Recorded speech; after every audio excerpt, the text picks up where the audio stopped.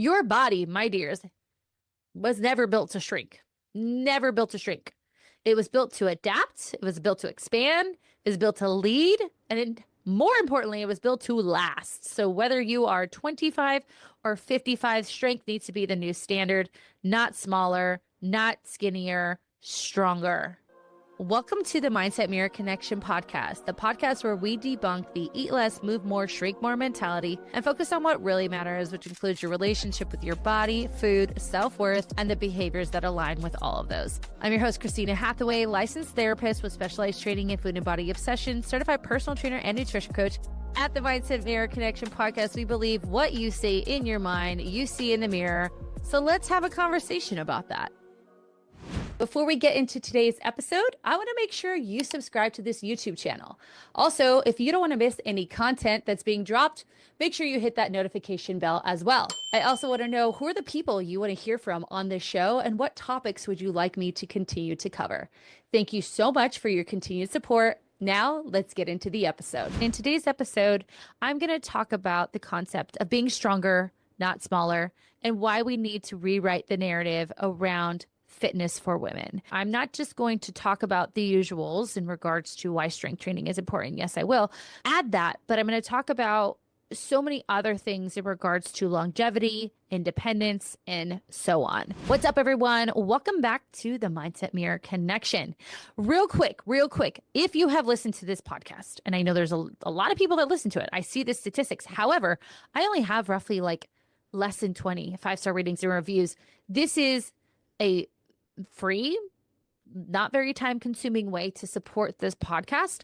And this not only helps me, but it helps more people hear our message, my message. This message is so important to get out there because it is so different. So if you would be so kind to write a 5-star rating and review on Apple Podcasts, to do a 5-star rating and review on Spotify, and to also like and comment on our YouTube channel, that would be amazing. Also, if you're new to this podcast, I'm going to talk about my life. I'm going to talk about my struggles, my happiness, what makes me me. So if you are not interested in that, check out the show notes below to move on to the subject at hand. So, trigger warning, we're talking politics for 2 seconds. This is something that everyone is struggling with right now. And clients really struggling, saying this political climate is just overwhelming me. And in my coaching program, we talk about what is going on internally. And it was overwhelming me. I was in tears last week. I'm such a bleeding heart. My heart hurt so bad seeing these individuals treated so unfairly. And I get it. Yes, they came to our country illegally. I understand. However, there's really the options, right, aren't great to get here to be in a place that is safer for them and to have a life that is not one living in fear. Also, a lot of people say, well, they just need to do it the right way. Or they say that illegal aliens are we're actually looking for those who are criminals who are causing the problems. Well, if that is true, then why are we going to middle school graduations, going to the immigration courts where people are actually trying to do it the right way? And could you imagine, you guys? Could you imagine thinking, oh my gosh, I'm going to court today. You're probably feeling hopefully positive, this is a step in the right direction, and leaving court and being detained. It is not okay. If you follow this podcast and believe that that is okay, this is probably not the podcast for you. That does not mean if you have differing views. My husband is a registered Republican. Now, has he refrained his right to vote the past 2 elections? Yes, because he really struggles with this. I don't even actually think he's Republican. He needs his own party. However, so I say that because I also have friends who are conservatives, but don't believe in this. They might be conservative when it comes to finances or whatever that looks like, but they don't believe in treating humans poorly, and neither do I, and neither does anyone here at this podcast. It hurts my heart to see these children, to see these families be treated in the way that they're being treated. As a Hispanic woman, my last name being Jimenez, it affects me. It affects my family. My brother and sister, have much darker skin than me, my brother has to drive around with his birth certificate. That is not okay. He's an American citizen. And my sister was pulled over simply because of the color of her skin. There was no other reason. And the officer was pissed because she spoke clear English. So what did I do about it? I exercised in a different way this weekend. I exercised my First Amendment rights, my right to protest peacefully. And I'm going to tell you guys, if you did not get a chance to participate this weekend, it was filled with hope and positivity. And there were so many different people from all walks of life, young, old, people of color, individuals of all different backgrounds and races and all of those things. And we came together unified, saying this is not okay. And it brought me a lot of hope. I was in a very sad place because, again, it's hard. I was talking to my therapist about this. Like, my heart hurts. Like, not like it actually hurts. Like, I could feel this just deep, dark sadness in my heart because I look at everyone as a human, right? And, well, here I go getting emotional. And it's hard because I don't love feeling this way all the time because I feel like even for you guys, like, I feel for you. And it's a struggle, right? It's a struggle. It's a wonderful thing. I don't think it's a bad gift, but sometimes it's like, okay, can I turn this off a little bit? But that's what I did this weekend. And I want to just tell you guys, focus on what you can control, right? The political climates, the things happening in our country and world with everything going on. It's tough, but focus on what you can control. Focus on where you can make change and do what you feel is right for you. So let's move on to something a little bit lighter. Love Island. For those of you who haven't watched Love Island, watch it. It's just, I mean, there's so many episodes because I think the only day that they do not film or they don't air is on Wednesdays. So, like, I have something to do every night, which is very nice because I was running out of shows. And Mark and I love our like 1 hour time together of just watching reality TV. Oh man, this last episode. So I'm recording this on the Monday. If you guys are watching after this Sunday with the bombshells, the America vote on bombshells.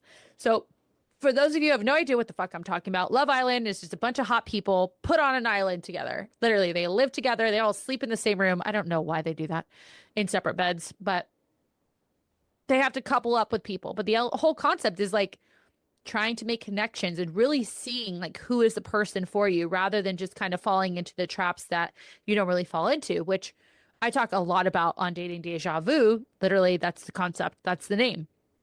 And this couple, Huda and Jeremiah, got together from the first day and just give me the cringiest cringe of all cringes. I can't with them. The codependent, insecure attachment, the emasculating of this man, the jealousy, the control, the high school petty kind of bullshit of these grown ass people. Just, ugh, I hate it. However, this weekend, there was a vote by you, America, and you voted that the new bombshell, Iris, beautiful girl, who was interested in Jeremiah, but Huda said, you fucking bitch, that's my man. And like literally tried to like come at her because she was doing her job, which is being a bombshell. America voted that Jeremiah should be paired with Iris, and it was epic. It was epic. Mark was like, yes. Like we were like, yeah. And I'm watching TikTok and like all these people are like cheering. It's absolutely insane. If you're not watching it, you guys gotta watch it. It's so good and stupid. It's just one of those things like probably like, Christina, why? You're so smart. Like you read all these things and you educate us. And I just sometimes need that shit. And I don't know what I was watching, or no, there was a post on social media and someone literally said that. Like, this is how I decompress, is just not thinking about anything. So Love Island. You're doing good thus far. Last season was hard to match up with, but we are doing that. All right, let's get into the discussion of today. Y'all know me. I'm a big proponent of strength training, but I don't think that I tell you enough on why we need to, as women, be focusing on getting stronger, not smaller. This is a tagline that we're hearing from very well respected medical professionals. And while you listen to this podcast, you may have heard some of these things. I want to reiterate that it is more than just fitting into your old jeans, right? It's about building a foundation that will last and a foundation that is strong. And I want to just share something with you guys that among people ages 70 to 84, for every 100 men in a nursing home, there are 246 women. According to the National Institutes of Health, that's 2.5 more times for women than men. The big reason women end up in nursing homes is because they get dementia and they lose their independence. As compared to men, women are twice as likely to have Alzheimer's disease. So for decades, we've been fed this misconception that we have one fitness goal, and that is to get smaller, to shrink, to take up less space. Honestly, I personally think it's a metaphor of how society views women, but that should probably be a conversation for another day. Shrink your waist, lose the weight, bounce back. Thin in this society equals more success. It's just so detrimental when we're focusing on the psychology of it, the physiology of it, the mental capacity, and so much more. And the narrative just keeps women focused on being scale obsessed, something I just talked about in another episode, instead of focusing on their strength, their capacity, their longevity. It disconnects us from deeper goals like being leaders, being resilient, and it keeps us like I said, dependent on others. It keeps us small. It keeps us, again, taking up less space. And like I said, I truly believe that that is a metaphor for how society sees us. So muscle is your body's most metabolically active tissue. It burns more calories at rest. It stabilizes hormones and it keeps you moving well. However, starting in your 30s, women lose about 3 to 8% of their muscle mass per decade. And that's not, if we just sat around, that's what's going to happen. We're going to lose that muscle. And this is a process called sarcopenia, as I've talked about. And this is alone the major driver of age-related decline. But the beautiful thing, if you're listening now, this is reversible. It's preventable to not have this happen or to slow the process down. So that's what we're going to chat about. Strength training as hopefully, but maybe don't. Maybe it's your first podcast. Welcome. I love you. Strength training protects our bone density. Our bone density is incredibly important, especially as we age, because the loss of estrogen in our body, estrogen protects our bones. And as we lose estrogen, we become more susceptible to things like osteoporosis or osteopenia.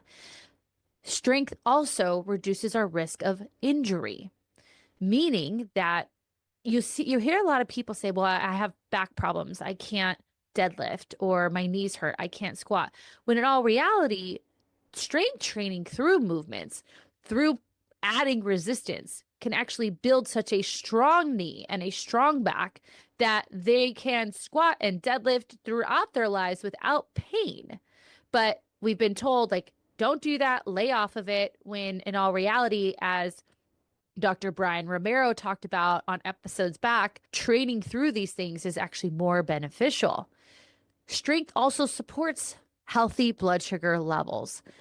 Blood sugar levels, as we know, are so important in regards to managing our hunger and fullness cues, in regards to managing diabetes, of course, and our A1Cs, in regards to having energy throughout the day, not crashing. If we have heightened states of blood sugar, chronically heightened states, this can cause insulin resistance. This can cause added weight gain. And strength and muscle helps to support healthy blood sugar levels. And it, even more importantly, impacts brain functioning. Resistance training has been shown to boost executive functioning, mood regulation, and stress resilience. So if we think about everyone who's listening is over the age of 30. At least that's what my stats say. If you're younger than that, welcome. If you're younger than the age of 30 and you're listening to this podcast, good for you. Good for you, because you're going to literally be able to set yourself up for success as a woman when it comes to health, wellness, your mind, all the things.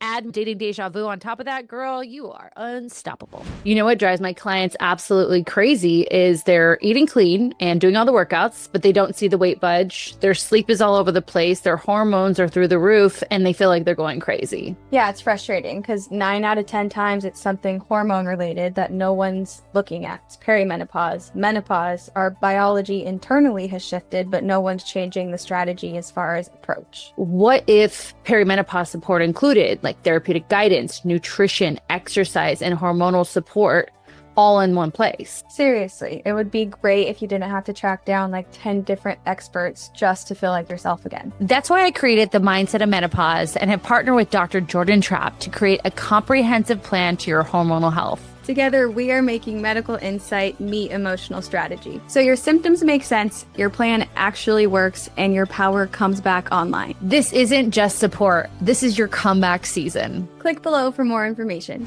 If we're thinking about a woman over 30, your life is happening, right? You are in your career. If you're younger, in the early 30s, you're building that career. You're trying to establish yourself. You have maybe a new family, maybe you're still dating, and there's a lot of different things going on in regards to mood and, where you're at in life. And also, obviously, just stress is higher. We have careers, we have dating or relationships, our families, we have parents and siblings, we have a social life. So being able to manage and be resilient to all of that is so incredibly important, as well as being able to do it with moods that feel like you can control them is so, so important. And so this isn't about becoming a bodybuilder, right? This isn't about building the physique. We talk about that, right? You want to build a butt, strength train. This is about building a body that can carry you through a powerful, independent life. This has been such a game changer for me, you guys, being able to say, I love strength training. So this is an easy transition for me. But now it's about functionality, how I can stay as strong for as long as possible. But I want to talk about strength training for every season. Strength training can be a tool for every chapter of life, not just when things start feeling off. And I think that's important, as I just talked about, for anybody under the age of 30 or even my 30-year-old girlies, like being able to learn this now. Sorry, for those not watching on YouTube, I'm tucking in my bodysuit because I didn't button it, because if I have a bodysuit on when we're recording this, it hurts my tailbone and my butt so much. So TMI, you're welcome. If you're listening to this and you're younger, again, I want you to, this is your get out of jail free card, meaning get out of hormonal jail, get out of falling down risk prevention jail, get out of moods all over the place jail. You're giving yourself those cards ahead of time. And so I want to talk about those in your 20s. In your 20s, you want to build a foundation around your muscle. And in your 20s, your mass and your bone peak at this point, right? So learning movement patterns, especially compound movements, is incredibly important during this time. I do love social media for this because we are seeing more women on social media strength train. Younger women, I follow a couple of them, and I'm just so happy to see them do this. And there are a few who are more aesthetically driven, but I kind of have created a a feed that is more of the women talking about exactly what I'm talking about in this young age. So, if our muscle and bone peak at this age, we need to learn how to move in ways that help that peak, right? To help create and use that to our advantage. We want to build strength literacy, right? So understanding things like progressive overload, understanding again the proper form and compound movements, understanding the importance of things like rest and recovery. That's incredibly important because again, you're building such a wonderful foundation. And beginning to understand I'm doing this now, not just for my current self. You're investing in the person you want to become. And that is a strong woman through her 30s, 40s, 50s, and beyond. And this is about, the capacity for building yourself before the career, before the life stressors pick up. You have such an advantage if you're listening to this in your 20s to do this the right way. If y'all are listening and you're my age, and you have someone that you truly care about, send this to them. Say, just listen to this part of it. It is so important to create this foundation, especially if you can do it before life gets lifey. Because I will tell you, I just fell into this at an early age because I was a college cheerleader. We strength trained, and then I started working at a bar that promoted health, and we got a free gym membership if we went so many times. I know why he did it because we're all girls. However, that's neither here nor there. I was very early on introduced to compound movements. And I recognized very early on. Now, yes, it was through Les Mills body pump. I don't give a shit though. You squatted, you deadlift, you overhead pressed, you chest pressed, you rode, right? Because it was every single muscle group. And at the end, you did arms, right? You worked on the, single joint movements versus the multi joint movements. But the fact that I was a dancer my whole life, I obviously had this muscle mass. Then learning how to maintain that muscle mass is the reason why today I am more muscular than 95% of women my age. And I can say that based on my DEXA scan. So if you're listening and you're 20, this is the time, babe. This is the time. Don't be afraid that it's going to make you bulky. Don't be afraid that you're not going to be feminine and sexy. You're going to be sexier because not only can you wear the dress and look amazing, you are going to be able to put that luggage up in the overhead bin. You're going to be able to pick up your dog if they get hurt. You're going to be able to do so many things. So, plus, I think too, in your 20s, like this sets the precedence for a partner, right? I care about myself. I invest in myself and not just myself now. I invest in my future. And you're going to learn a lot about yourself and who you want to attract from creating these types of foundations around you. So just want to say that. In your 30s, as we know, life ramps up, as I talked about, careers, parenting, dogs, responsibilities, right? This is where many women start to feel more tired, right? And it sucks because you're like, wait a minute, I just got out of my 20s. I was rocking and rolling. I was feeling good. But if we haven't done what I just talked about, if we haven't built that foundation, we're going to start to feel tired. These stressors are going to cause our cortisol levels to be high. We're going to feel more inflamed. We're going to feel more fatigued, right? Especially if we don't have the skills to manage the stress. And a lot of women feel like their metabolism changes during this time. I kind of laugh sometimes when my girlies turn 30 and they're like, it's just turning 30. I'm like, oh, just wait, baby. Just wait. However, in this, strength is your buffer. Strength is what's going to help you recover faster. Yes, recover faster from all the stressors. I was just reading something. I have to remember what I was reading. It was about stress reduction and how exercise is obviously beneficial in regards to stress reduction, even though when you're tired, even though when you're inflamed, you don't feel like moving. However, in a study, I don't remember the exact study, but the study was on the type of movement that actually helps manage stress and create stress resilience. And what they did was 8 weeks of Pilates, right? And Pilates is a hot topic right now. But at the end of the test, they realized that really any type of strength focused movement actually what helped with building stress resilience. And that's incredibly important. Sometimes I do talk about if you're overly stressed, it's not about taking exercise away. It's about doing all the stress management things first.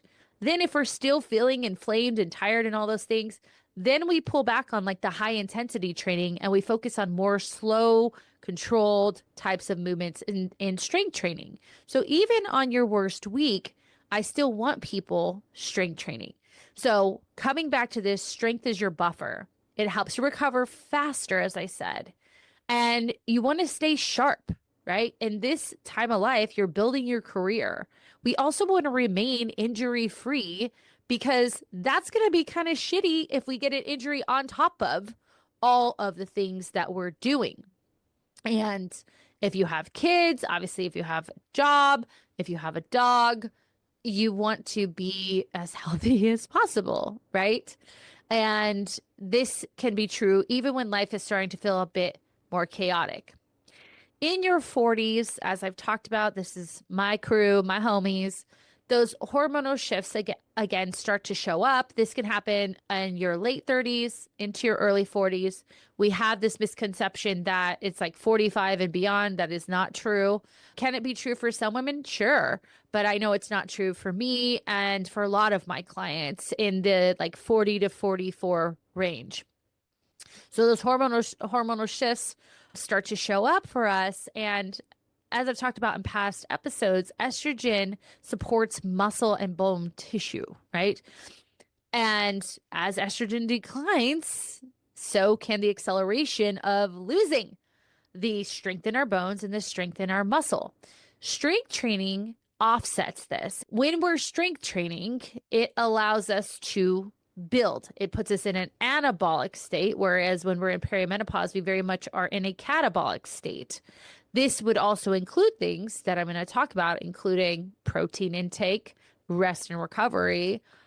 But if we know that there's something we can do that really, if you think about proper strength training, at least the strength training that I prescribe to my clients, it's not this intense, crazy thing. And it only takes 2 to 3 exercises per week to see the benefits of this. So if like, oh, my body's starting to change, or oh, my mom fell and had a hip fracture and ultimately that led to her not having a great quality of life or whatever it is, this is the thing. If you know that this one thing can help support things like insulin resistance, right? It can help support, but it can help boost your mood, as I talked about. And, you know, that visceral fat we know in perimenopause is something that increases over time, right? Our visceral fat from pre-menopause to peri and post-menopause goes up roughly, I believe it's like anywhere from 8 to 15%. And the way that we understand that is because estrogen, of course, again, is something that helps with maintaining muscle health, bone health, and it also is very anti-inflammatory. And so if we know that this one thing can help us with all of the things that I listed 2 to 3 days a week, we should be doing it, right? So that's important in your 40s. In your 50s and 60s, obviously, you're going to feel like your body is slowing down. I know plenty of women in their 50s and 60s who do the protocols and the protocols that I recommend, but also we do everything custom to them. And what we're doing is helping them be smarter with their support. Strength training at this age is key to preserving independence, meaning being able to live on your own, right? Being able to do things on your own. I talk about my mother-in-law all the time. She is over the age of 80 years old. this woman still plays pickleball. She walks all of the time. She gardens. She doesn't need anyone's help. Unfortunately, my father-in-law is not in great health, so she can't even get the help of him. She is so amazing in the fact that she is able to live super independently. She's healthy as can be, and this woman has survived breast cancer, right? So at this point, again, preserving independence, but also cognitive functioning. Again, mother-in-law, sharp as can be. And being sharp, being able to maintain cognitive functioning, being able to prevent or prolong the onset of things like dementia and Alzheimer's is incredibly important because, as I mentioned in the beginning, these are all things that contribute to why women end up in nursing homes.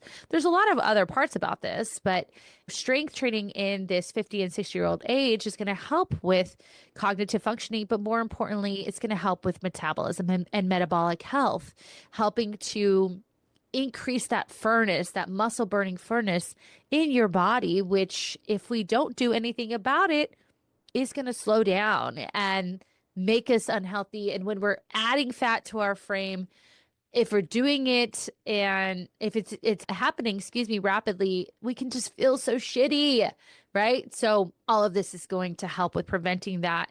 And yes, you can start here right now. You can start right now.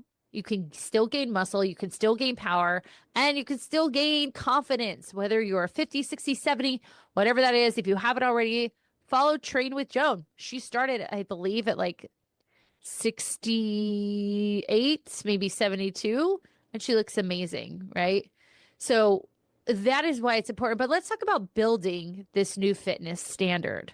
So I want to redefine what fitness is and get away from image and really focus more towards like impact. Like how can my fitness impact me, my life, my future self, my current self, the people around me? And the old standard is so tired and worn out. It's that no pain, no gain, beast mode, working out 7 days a week, endless amounts of cardio, endless amounts of undereating, burnout, and this punishing workouts being defined as discipline, right? Like, oh, you're so disciplined. And this concept of the size of who you are, like the size of you, and what we want is less size of you. That doesn't make sense, but you know what I mean? Over strength, right? Think about it, you guys. For centuries, men have been the strength and the brawn, and women have been the beauty. But now we're the beauty, the brains, and you add strength training in, baby, we're also the brawn. We are unstoppable. So the new standard is one of this. So fitness as preparation, right? As we talked about with our 20-year-old girlies, prepare yourself for leadership, prepare yourself for motherhood, prepare yourself for entrepreneurship, prepare yourself for aging.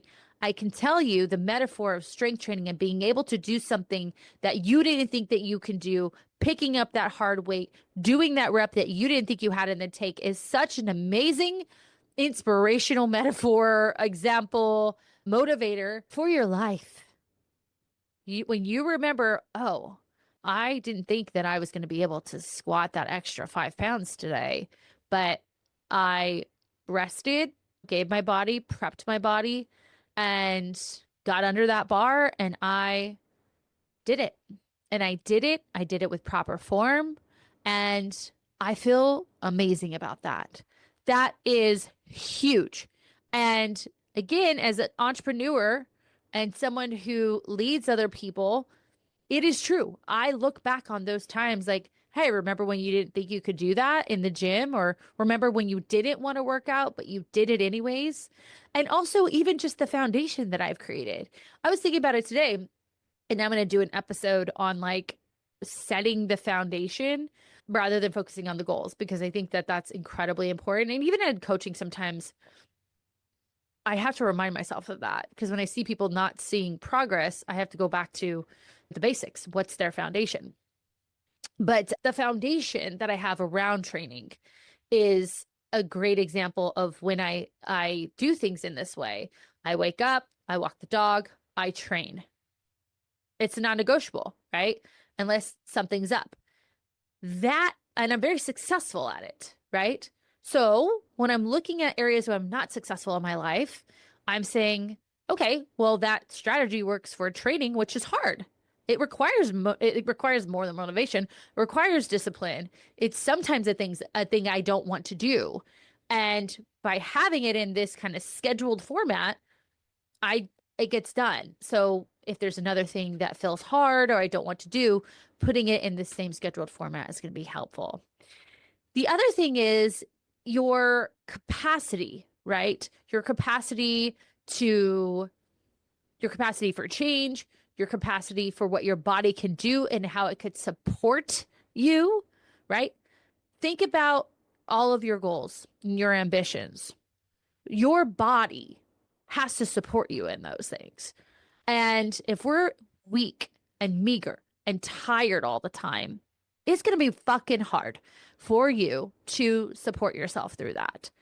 But if we're strong and through strength also comes recovery, don't forget those two babies, they are besties. They play in the sand all the time together. The recovery aspect of it is equally as important because I know I'm really strong. And if I'm really strong, then I need to give my body a chance to recover from that strength. And that ultimately is going to give me the energy. It's going to give me the physical strength. It's going to give me the mental strength. It's going to give me the energy back to push through in whatever my goal is. And that is so, so incredibly important to remember that this body carries you through all of that. And the stronger it is, the better. The smaller it is, because we know what it takes to get there. And I'm not talking about my girlies who are just naturally petite. I'm talking about those who are forcing their bodies into being smaller.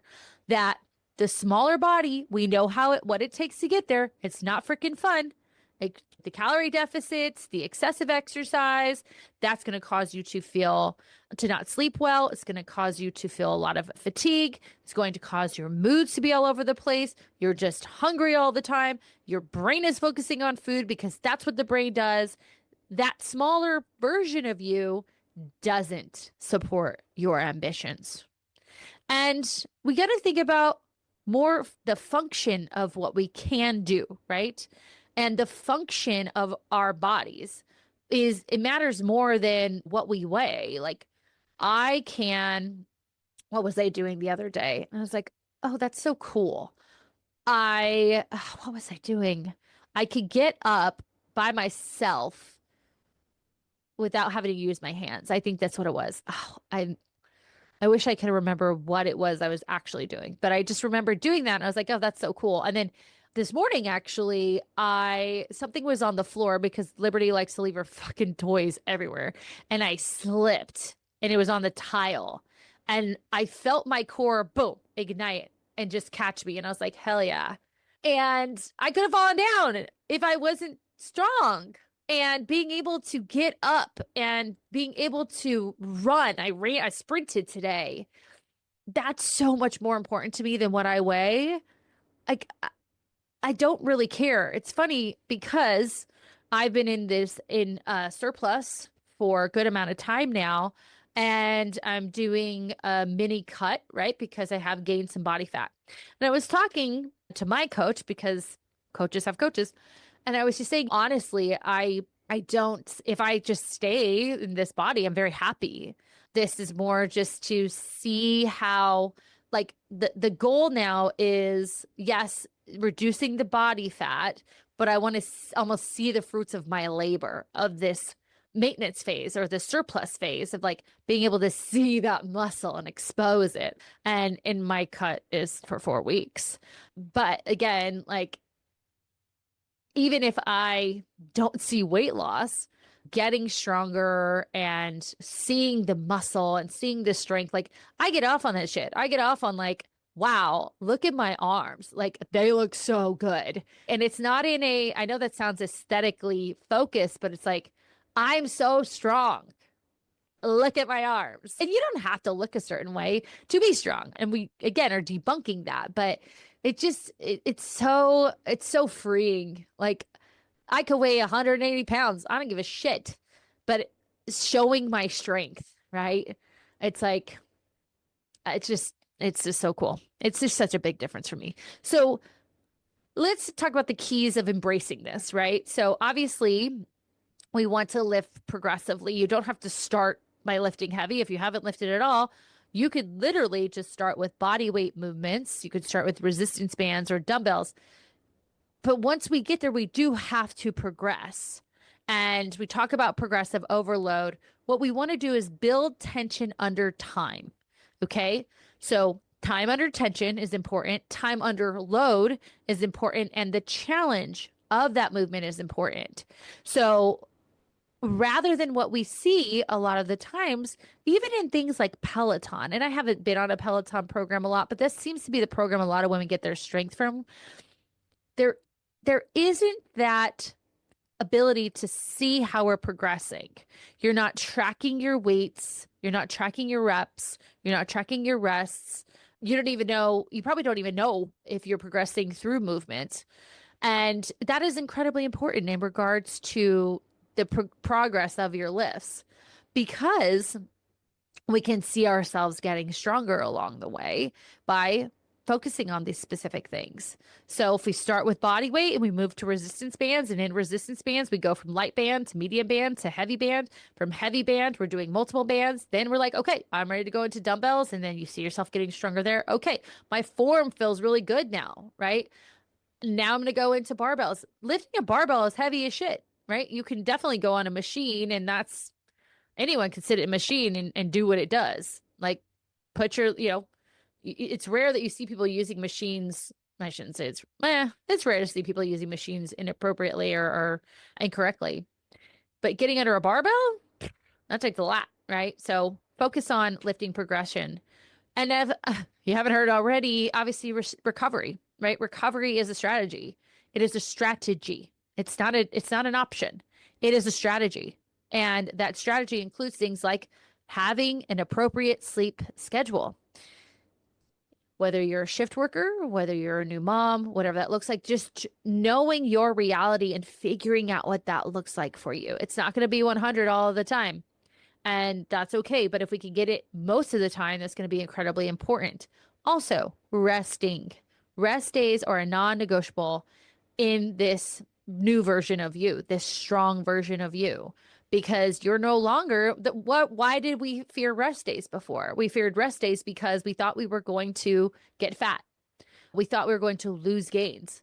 We thought that I have to work out every single day of the week. Like that's what I have to do. That's what society tells me. No, that is incorrect. And we don't want to burn our bodies out because, again, the whole concept of what I'm talking about is stronger over smaller, not just in regards to your body, but in regards to your capacity for change, in regards to your resilience, right? In regards to your mental capacity as well. So if I'm pushing myself every single day, something's got to give, right? So it's going to be one of those things. Then we have to track what matters, okay?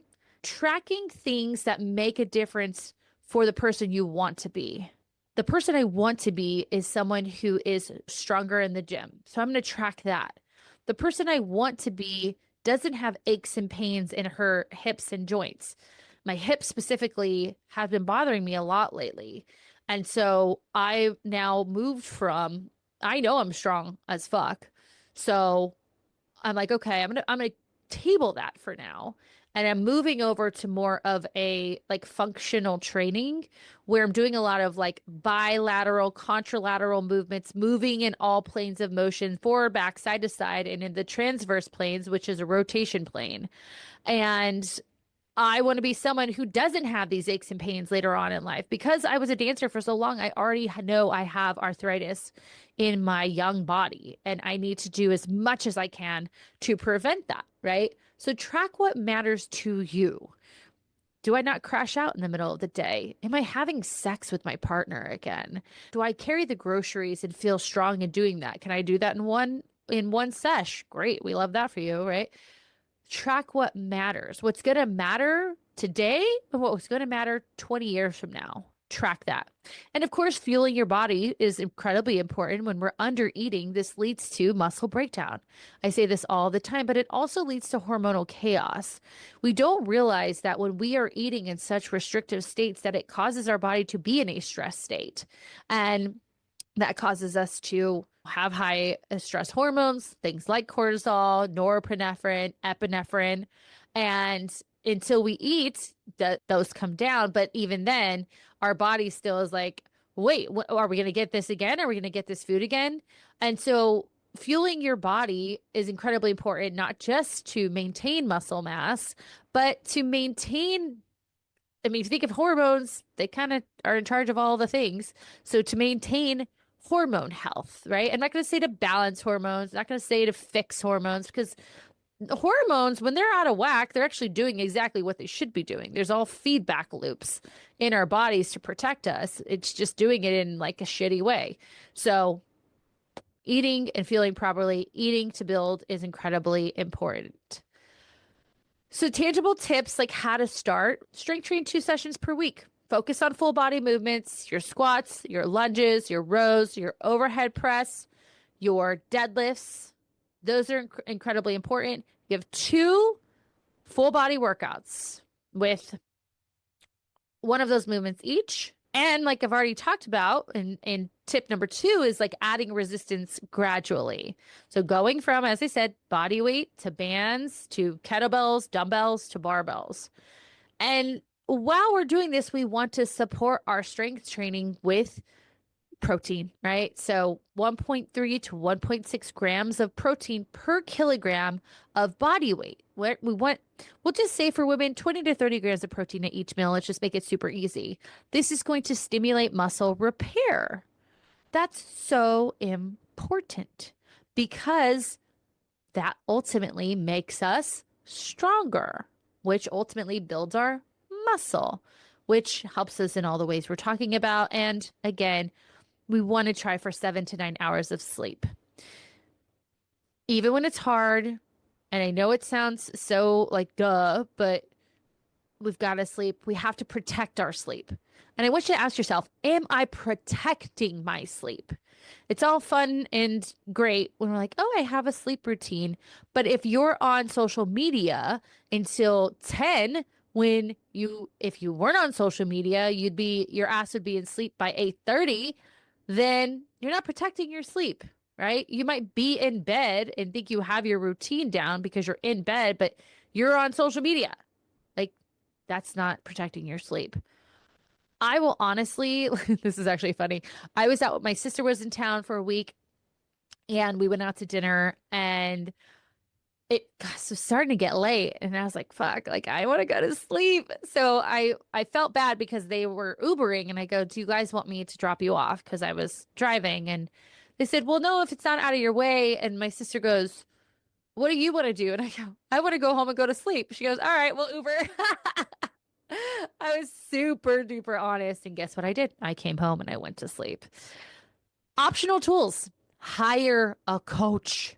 Hire a coach who understands this season of life and tailors this season of life and builds a foundation in this season of life so that the next seasons of life are going to be successful. The coach that solely is focusing on being smaller, solely focusing on a short amount of time, solely focusing on the weight loss aspect of things, they're not interested in your future self.